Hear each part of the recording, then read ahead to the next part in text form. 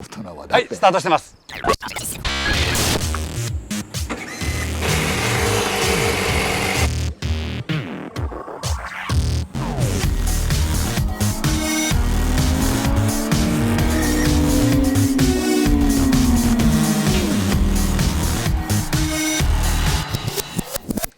というわけでございましてはい、ね、いよいよついにというか、まあ一般俗に言うトリプル R ですか、はい、乗っちゃいましたね。ようやく乗れた感じですよね。なんですけどね、大変ご機嫌よく、もうちょっと前輪ちょっと浮かしながらバンバンちょっと暴れさせながら行ってたじゃないですか、ね、どうです？結構そういうことが楽しめるような安定性があるんで、ね、ファントゥーライド。そうなんですよ。そうなんですよ。不安定な車だとそういうことをしたいと思わないでしょ。まあね、いや、まあいろいろありますけど、まあね、とりあえずね、何回もやろうと思わないね。そうね。僕のね、ちょっと第一印象で言うとね、フロント周りが大変こう落ち着いた感じがするんですね。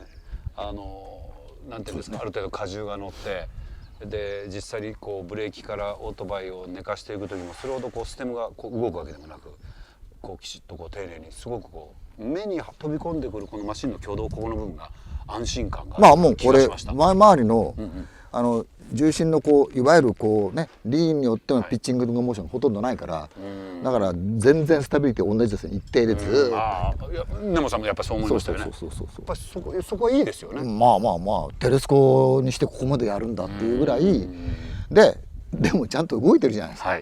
これ動いてないんじゃないんで、その上でだからワークスマシンとかね、いわゆるああいうロードレーサーがその大きなストロークじゃなくて、柔らかいけど短いストロークで柔らかいでしょ。そうですね。ですよね。でそこがご存知ですね。そこがなんかこうみんな誤解するんだけど、いわゆる柔らかいってのはこういう柔らかさではなくて、こういうところなんだけど、でもその中でめちゃめちゃ柔らかい、ちょっとしたことにこういうのみんなレスポンスしてる。だけどピッチングにはならない。そうです。必要な作動量は確保してるけども、不必要なピッチングは出さないって、やっぱりちょっといいですよね。それこれはそんな感じでした。まあすごいそういう意味では、一気になんか日本車ここまで来たなっていうのがあってすごい嬉しかったですね。ね、ちょっとこのとこね、少し旗色悪かったのが、なんか今日は良かったなって気になりましたね。僕もねすごいねなんていうんですか、ほっとしましたね。で多分ね根本さんもそうですし僕もそうなんですけども、こういうのだったらいいなっていうようなオートバイになってきました。そうですよね。どうだろう、この2019、2020、このとこ来てやっぱりスタンダード、いわゆる基準がガンと変わりましたよね。でやっぱりそれの先頭をちゃんと行くものになったんですね。いやそれがすごく嬉しかった。なるほどね。まあちょっと少しこのホイールベースが長くなったりね、あと外装でいうとそのエアロダイナミックスのウィングがついてるんですね。まあちょっとその今までホンダはどっちかというとコンパクトなね車体設計、これ多分 CBR900 から受け継いできたものがあったんですけど、少しこうちょっと思い切ったトライですよね、そういった意味でいうと。要素で最強を狙うんじゃなくて、やっぱりトータルで人間の感性にどこが一番こう出っ張った引っ込んでやった方がいいかっていう側にちゃんといるよね。これは大きな進化じゃないんですか。なるほどね。あとエンジンすごいっすね。僕ちょっとこんな走るんだと思っちゃったんですけど、根本さんどうですかそれ。はい、さっきもちょっとね、エンジニアのことと話してたんですけど、普通に言うとね、4000、5000もとってもあるけど、いわゆるトルクバンドの、トラクションがかかる6000ぐらいのところっていうのところに向かって一回山あるじゃないですか。でびっくりしたのは8000超えて9000、1万ちょっと先までもう一点トルクなんだよね、あれ。あそこって曲がるじゃん。あそこ曲がんないじゃん今までのって。で若干7000あたりに谷があるらしいんだけど、そこからのそのなんていうの、いわゆる本当俺はそれが分かっていて、でそこのところが結局負荷で3速とかだと、結構そこでグーってなった時に、いわゆるなんていうんですか、トラゴンもかかってるっていうのもあるけど、ただいわゆるそのタイヤの噛み方がいわゆる中速なんだよね。修正1万とこで急速あってのはなるほど。元 GP とかみんなそうじゃん、はいはいはい。上回ってんのに、うんうん。下も使いますもんね。でこれ等間隔でしょこれ、いやすごいなと思って、確かにそこに難しさは神経質さはないですよね。ない昔のだったらこんだけ出てたらそこってすっごい敏感だったりするじゃないですか。そうもうかオフかどっちなのかなっていう。もうね極論言うとだからもっと下を使いたいって話になっちゃうわけじゃないですか。わざと濃くしたんじゃないのかっていうぐらいその代わりちゃんとドーンと走ってるね、ドーンと蹴っ飛ばしてて、いやー曲がり続けるんでニコニコしてましたけど、確かにその曲がるっていう話で言うと僕も今日走ってて、そうね曲がりきれなかったってないですもんね、曲がってますね。曲がってますね、最後の最後まで曲がってますね。確かに最後の最後までV 字ヘアピンなんかも今日ね映像を撮ってもらってた、写真撮ってもらってたとこもしっかりと回っていきますもんね、あそこで例えばほらおっととって縁石まで出てることないですもんね、いやそれさヘアピンの体重も同じでローであんなにぶん回しててであれやってんのにまるで GP マシンみたいにバイク起きないまんま曲がってんじゃん。そうね確かにこっちが向いていってますもんね。そうそういえば今まで乗ったバイクの中で一番曲がってる。曲がってるよ、曲がってる、ピークでも曲がってる。そうですね、僕こっちのコンクリートウォールに向かっていくから怖かったですよねちょっとある意味ね、まあそれ冗談ですけど、いやもうこんななってんのっていくなと思って、いやなるに任せて半分ニコニコ半分おみたいな顔しながらやってたぞみたいな。まあでもねそれもトータルで言うとやっぱりそのしっかりとしたそこの馬力出力をね、まあ支える車体があってそれはどうライダーに感じさせるかっていうと、まあ過不足なくきちっと安定性があって、で先ほどの根本さん言われたエンジンの特性もいいですね。ですからちょっと高い回転ですけどもしっかりと曲がっていくみたいなところもあるし、ブレーキも良かったですね。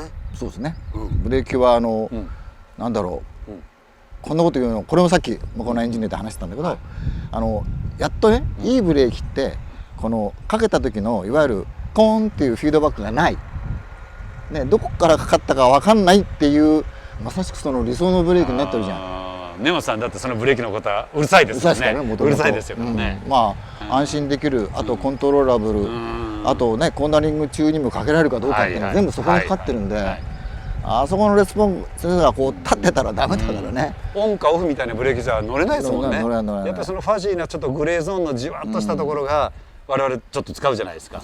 それがうまくこう表現されてましたよね。はい、まあ含めてキャリパーもすごいけど、フォークがやっぱりそこに対するね感性がとってもいいですよね。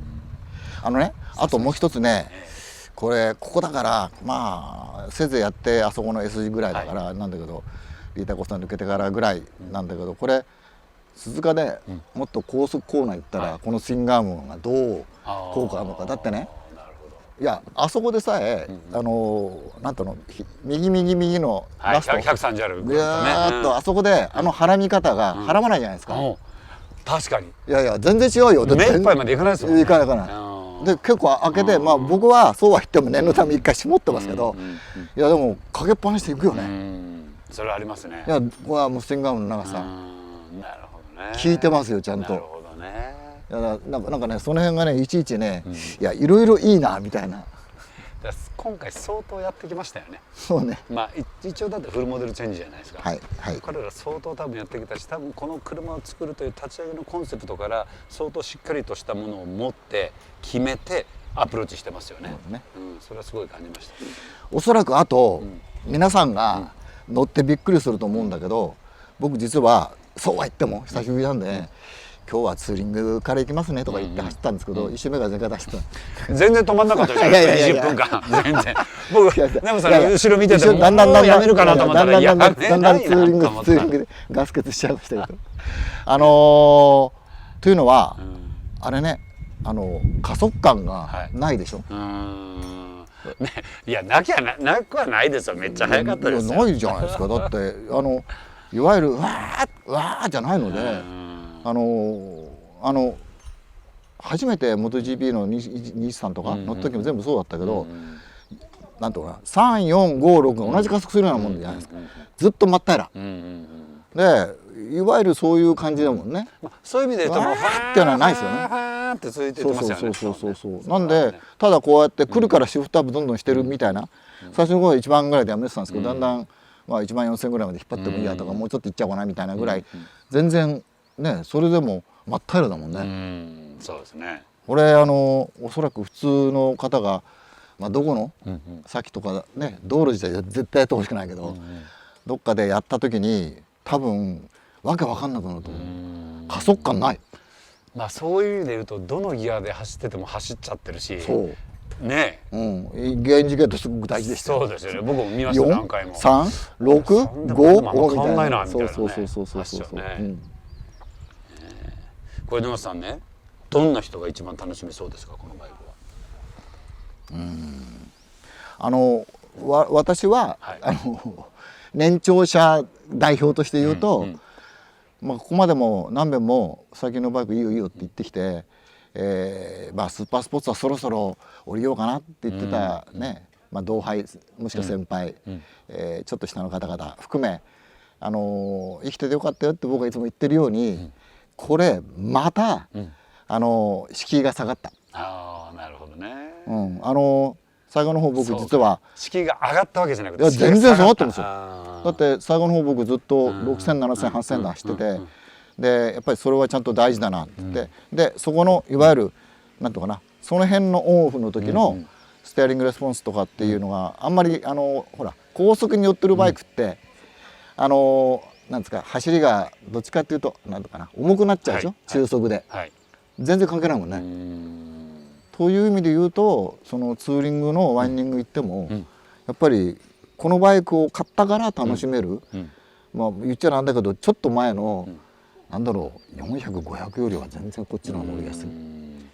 そういう意味では出力が出たにもかかわらず、その扱いやすさっていうのはものすごい膨らんでますよね。そうね。そうですね。